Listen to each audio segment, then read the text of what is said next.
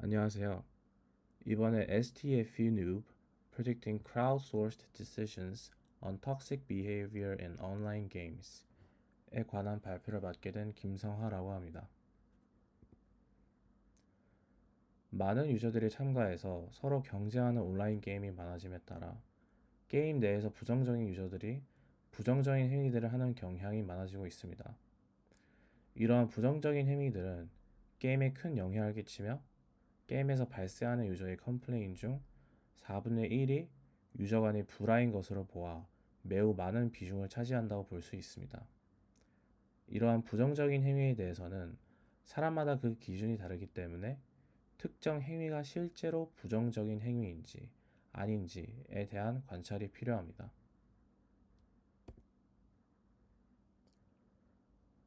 이러한 부정적인 행위에 대해서 간단하게 다수결에 의한 투표로 해결책을 제시할 수 있지만 이와 같은 방법은 선량한 유저들이 피해볼 확률도 있습니다. 이에 따라 리그 오브 레전드라는 게임에서는 크라우드 소싱 방법을 통해서 이러한 부정적인 유저들을 색출해냅니다. 첫 번째로 게임이 끝나고 나면 유저들을 부정적인 행위를 한 유저들에 대해서 다음과 같은 카테고리 범주 내에서 투표를 진행할 수 있습니다. 상대방 팀을 돕는 행위, 상대방한테 의도적으로 죽는 행위, 언어적인 폭력, 부정적인 태도, 부정적인 닉네임, 스패밍, 숙련되지 않는 플레이, 팀과의 소통 거부, 그리고 게임을 떠나는 것입니다.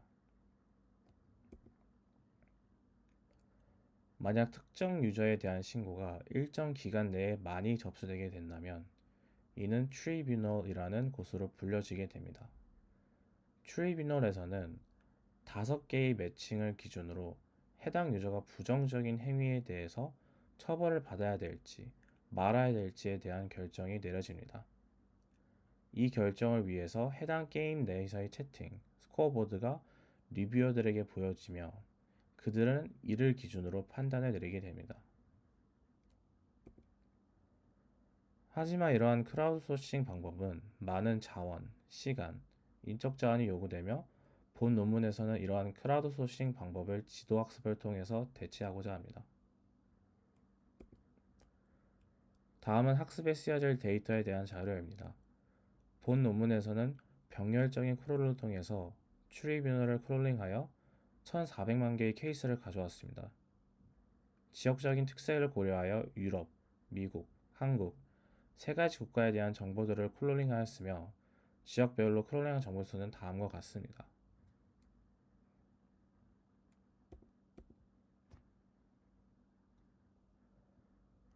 데이터를 이용하여 모델을 만드는 과정에서 피처들을 뽑아냈는데 크게 두 가지의 종류로 볼 수 있습니다. 첫 번째는 신고된 게임으로부터 특정한 값을 추출한 정보이고 두 번째는 처음에 신고자가 부정적인 유저를 신고했을 때의 정보입니다. 게임으로부터 추출된 특정한 값으로는 대표적으로 신고된 유저의 KD의 표준 편차와 같은 값이 있습니다. 그리고 신고자가 신고했을 때의 정보로는 다른 몇 명의 유저들이 신고를 하였는지, 또 신고를 했을 때 작성하는 주소로는 뭐가 있었는지와 같은 정보가 있습니다.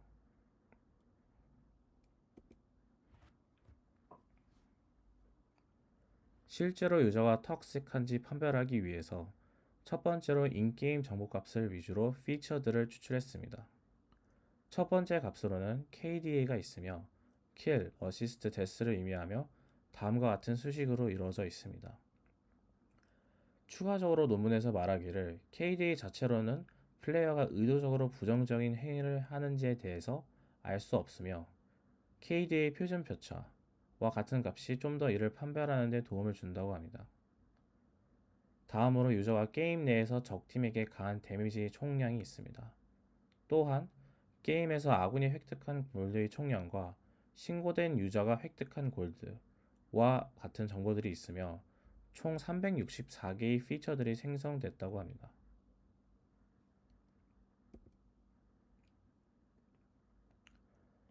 두 번째 피처로는 신고자가 신고했을 때의 정보들을 토대로 피처들을 생성한 것입니다.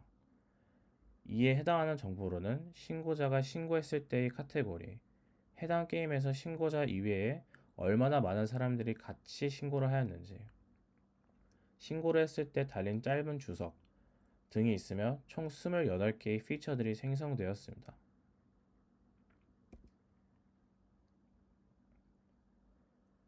세 번째 피처들은 인게임 내의 채팅 정보입니다. 오른쪽 표를 보시면 60% 이상의 표본에 대해서 25% 이상이 언어적인 폭력에 의한 신고임을 알 수 있습니다. 해당 카테고리에 속하는 신고가 많은 만큼 이에 대해서 중요하게 다뤄져야 함을 논문은 말하고 있습니다. 채팅 내역을 토대로 신고받은 유저가 의도적으로 부정행위를 하는지에 대해서 판별하기 위해 논문에서는 Happiness Index라는 접근법을 사용합니다. Happiness Index는 채팅의 각 단어들의 점수를 부과하여 이러한 점수들을 바탕으로 오른쪽 수식을 통해서 문단의 총 점수를 계산합니다. 이를 바탕으로 신고된 유저들의 점수를 산출해 보면 처벌을 받은 유저들이 점수가 처벌을 받지 않은 유저들의 점수에 비해 점수가 더 낮음을 알 수 있습니다. 논문에서는 이러한 점수의 경향성을 토대로 해피니스 인덱스가 점수의 피처로 사용될 수 있다고 합니다. 이와 같이 인게임 내 채팅 정보를 바탕으로 60개의 피처가 생성되었습니다.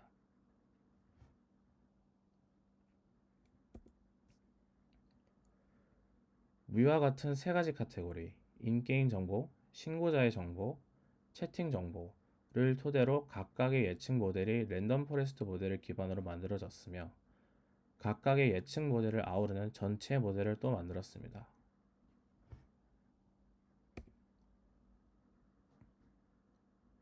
다음은 실제로 모델을 기반으로 예측을 해본 결과입니다.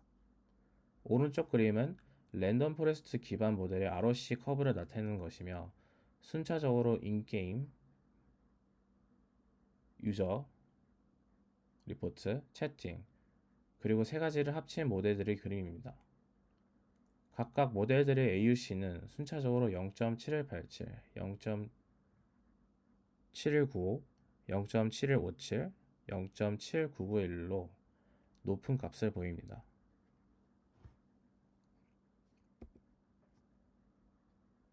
트레이닝된 모델들을 기반으로 다음은 각각 모델들의 가장 중요한 5가지 피처들에 대한 결과표입니다. 오른쪽 그림을 보시면 인게임 퍼포먼스 모델에서는 적팀의 퍼포먼스 수치가 리포트 가장 중요했으며 리포트 모델에서는 얼마나 많은 사람들이 신고를 하였는지, 채팅 모델에서는 앞서 말한 해피니스 인덱스를 기반으로 한 밸리언스 스코어가 가장 큰 영향을 끼쳤습니다. 세 가지 모델을 합친 전체적인 모델에서는 리포트 모델과 채팅 모델에서의 피처들만 존재했습니다.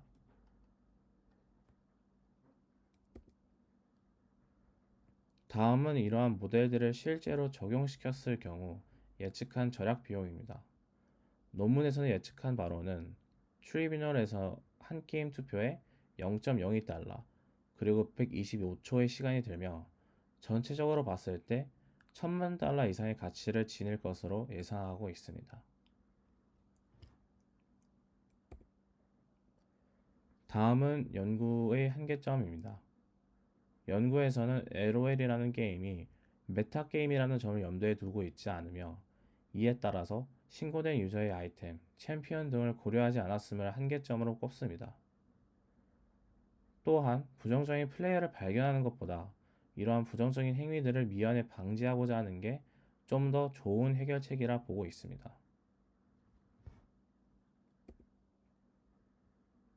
전체적인 요약입니다.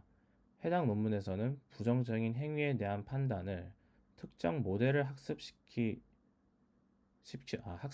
대체하도록 하였고, 또한 이러한 모델들을 기반으로 사람들이 부정적인 행위를 판단할 때 어떠한 요소를 중요하게 여기는지에 대해서 규명하였습니다.